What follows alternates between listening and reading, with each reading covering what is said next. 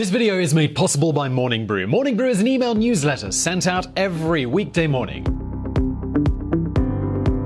You'll wake up with the most relevant, curated, and informative business news from Wall Street to Silicon Valley, delivered right to your inbox. Morning Brew, it cuts through the clutter of business news, providing a quick and high-quality newsletter. If you like what we do here at VisualPolitik for politics, you're gonna love what Morning Brew do for business. I've been subscribed for a few months now, and the short pieces that come into my inbox every day, they're genuinely interesting. This is not an easy feat, but Morning Brew absolutely deliver the best stuff.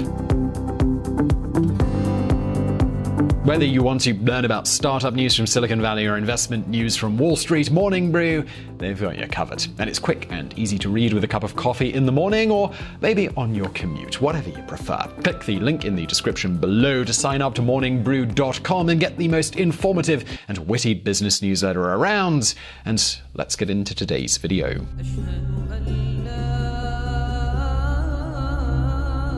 Religion and politics always go together in the Arabian Peninsula, the birthplace of Islam. Every year, over 2 million Muslim pilgrims go to Saudi Arabia to visit Mecca. And in neighbouring Abu Dhabi, you will find the most modern architecture combined with the most ancient traditions. In this part of the planet, Islam is the law. Nonetheless, what if I tell you that this area of the planet is the one with the fastest growing Christian population? I'm really not kidding here. While Europe is caring less and less about the Catholic Church, here at the core of the Islamic world, we have the fastest growing Catholic population. Assalamu alaikum. La pace sia con voi. So, how is that even possible? What on earth happened to make Pope Francis make an official visit to Abu Dhabi? Times are a-changing, or maybe not so much. In this video, we're going to tell you that story.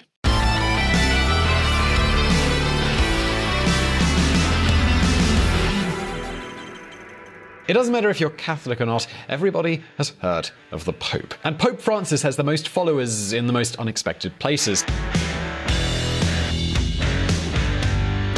Because, let's be honest here, Catholicism is not having its best moment in either Europe or Latin America. So you might ask, well, where are they having a bigger presence then? Well, that would actually be the Arabian Peninsula. Countries like Saudi Arabia, Qatar, and the United Arab Emirates have more and more Catholics. And I know what you're thinking, how is that even possible? We probably all know that Qatar and the United Arab Emirates have allowed Catholics to build their own churches, but just look at the Abu Dhabi Cathedral.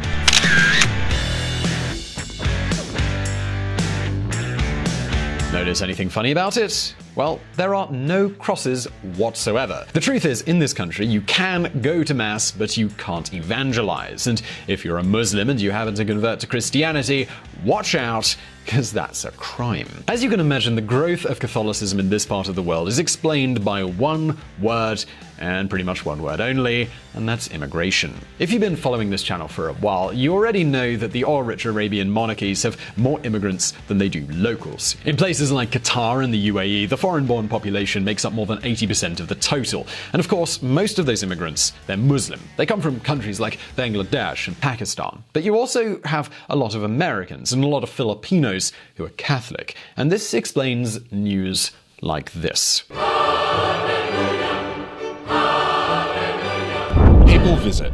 Pope Francis lands in Abu Dhabi for historic first Gulf trip. Yep, you heard that right. For the first time in history, a pope has visited the Arabian Peninsula. And this was not a small visit. More than 180,000 people attended his mass. To put this in context, that's more than twice the number of people who went to his latest mass in Chile, a Catholic country. In other words, Catholicism is a bigger deal than you'd expect in Arab countries. So now you might be wondering, well, why did the Abu Dhabi authorities allow such an event in their country? Why did the Pope get to go there? I mean, was this a strategic move? What does Pope Francis want to achieve with this? Well, today we're going to answer all of those questions, but before we do, let's take a look back at the history.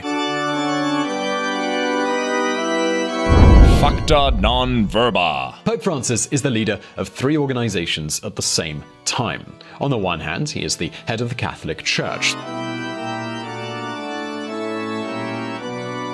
That is a religious role that we're not going to get into because this is a channel about politics and not religion. But do not worry, because the Pope has two other political jobs. First, he's the head of the world's smallest state, Vatican City. And on top of that, he's also the head of the Holy See. And oh boy, Vatican City might be a really tiny nation, but the diplomatic influence of the Holy See is really big. They have embassies in almost all of the world's countries, and they've played a major role throughout history.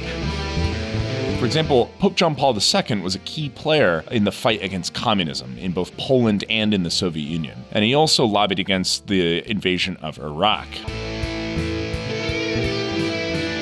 His successor, Benedict XVI, was far less political. His legacy focused on theology and philosophical essays. But the current Pope, Pope Francis, he's far more political than the other two. And this is why he's quite so controversial. To some, he's an evil communist. To others, he is the champion of dignity and human rights. He's a man who speaks up clearly against capitalism.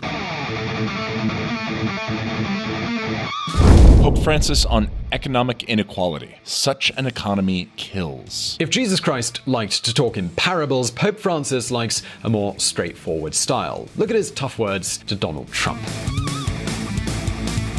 Donald Trump is, quote, not Christian if he wants to build a border wall. But as they say in Latin, facta non verba, which means acts, not words. If we look at the facts, we discover a totally different Pope. Actually, he has more in common with Donald Trump than he might think. If Trump summarized his political views with the motto America First, we can summarize Pope Francis's views as Catholic First. Damn. And I know this doesn't sound very spiritual, but we could compare the Catholic Church to a multinational corporation with presences all over the world. In this light, Catholicism is losing ground in their traditional markets. The number of believers in Europe is getting smaller and smaller, and in Latin America, they're in fierce competition with the evangelical churches. So the new Vatican Administrative Board, they've got a clear strategy: find new markets. One of those markets is China.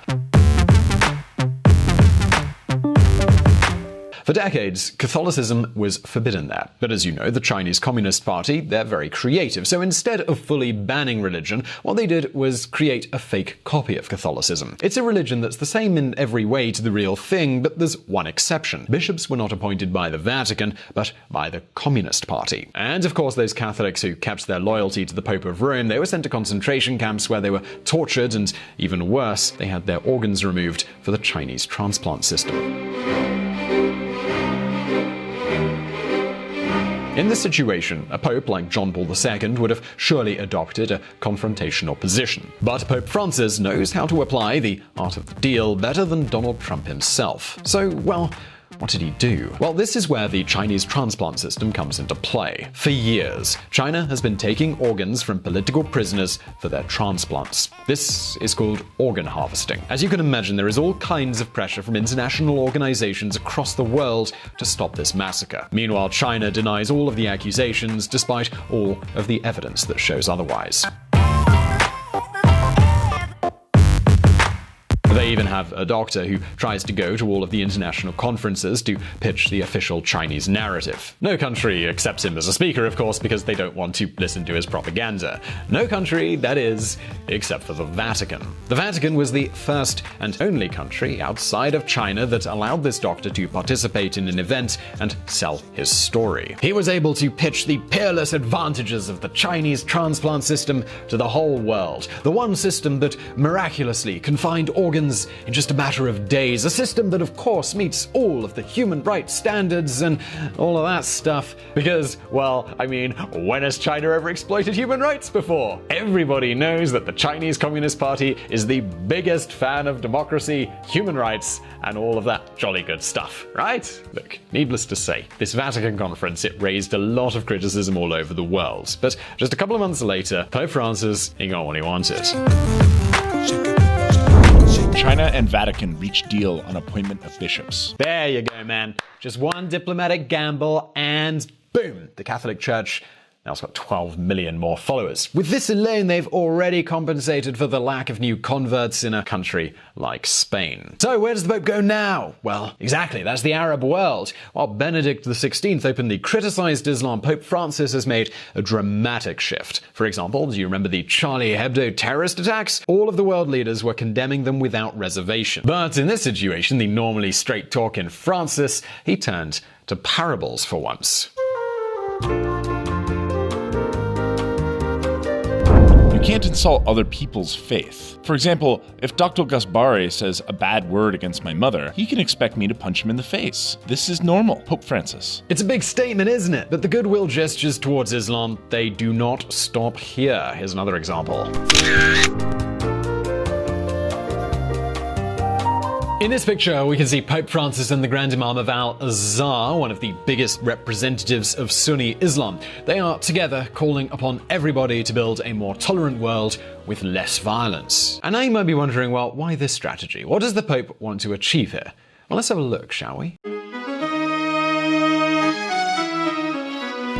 Tolerant slavery. Pope Francis is Argentinian of Italian descent. His family were immigrants who came to Argentina looking for a better life. And you know where we have a lot of immigrants now? Well, yeah, once again, that's the Arabian Peninsula.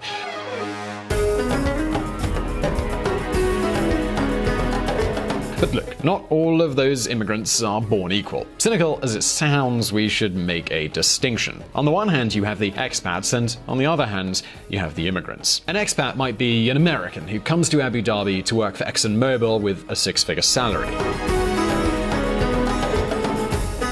An immigrant, on the other hand, is a Filipino who shares a room with 10 other people, works 12-hour shifts, and has a miserable salary. Most of these immigrants, they work in construction or they clean houses. Their families are usually back in their country of origin, and they send them money regularly. And many of you might be thinking right now, well, okay, Simon, but don't exaggerate. If they don't like their working conditions, they can always go home, right? Well, actually, it's not that easy. You see, here in the Arabian Peninsula, there's a system called the kafala.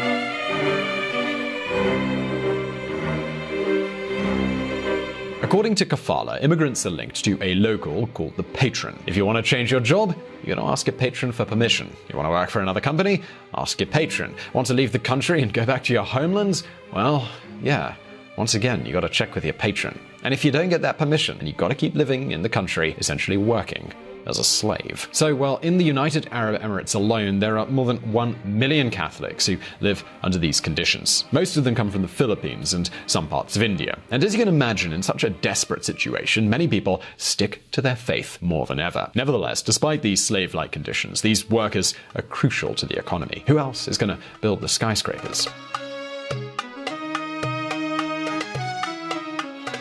In other words, building a cathedral in Abu Dhabi is a cheap way to keep these workers moderately happy. They might be exploited, but at least they've got a place to pray. And you might now be wondering, well, how is it possible that the authorities of these countries, being such Islamic hardliners, would allow them to build a cathedral? Well, dear viewers, the enemies of Arab monarchies are neither Christians nor Hindus. The main enemies of Arab monarchies are other Muslims. For example, the Muslim Brotherhood.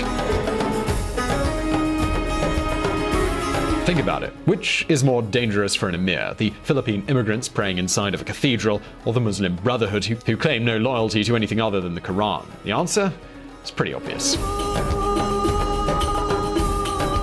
This is why in the UAE they have better things to do than persecuting Christians. This is why they're so tolerant, but remember, there's that tolerance, but they're also violating their human rights systematically. And this is where Pope Francis enters the picture.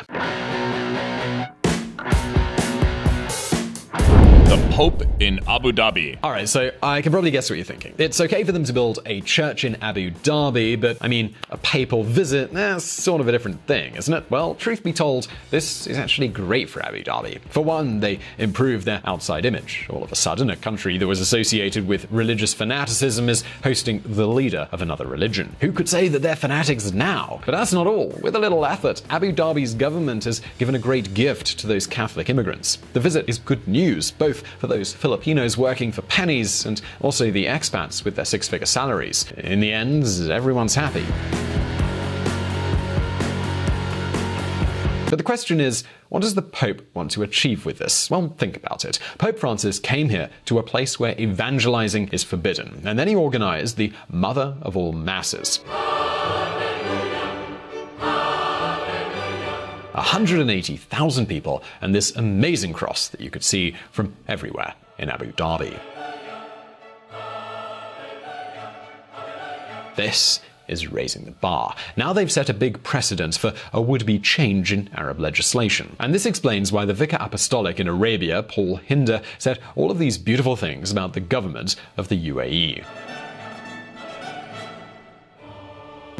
Pray for the rulers of this country who make it possible. I thank the UAE government for their generosity. Not only have they made this visit possible, but have wholeheartedly given us a venue to celebrate Mass. And what about Pope Francis? Yes, he was hard on Donald Trump, but when it comes to the Abu Dhabi authorities, he didn't have a word to say about kafala or the war in Yemen. In fact, this is what he said. Your country is a land that wants to be a model of coexistence, human brotherhood, and gathering of different cultures and civilizations. After these gestures, it wouldn't be hard to imagine the United Arab Emirates lifting their ban on other religions, or at least on Catholicism. This would be a giant step for the church in a market yet to be tapped. So now it's your turn. Do you think the Pope is a deal-making genius, or maybe he should care a little bit more about, human rights? Well, please leave your answer in the comments section below. Also visit reconsidermedia.com, the podcast that provided the vocals in this episode that were not mine. If you like this video, give it a thumbs up. Also, please visit our fantastic sponsor, Morning Brew. There is a link to them below. And as always, I'll see you next time. And if you want to learn more about politics and hear even more of my lovely voice, you can join us at Reconsider Media. We have a podcast at reconsidermedia.com/podcast. See you there.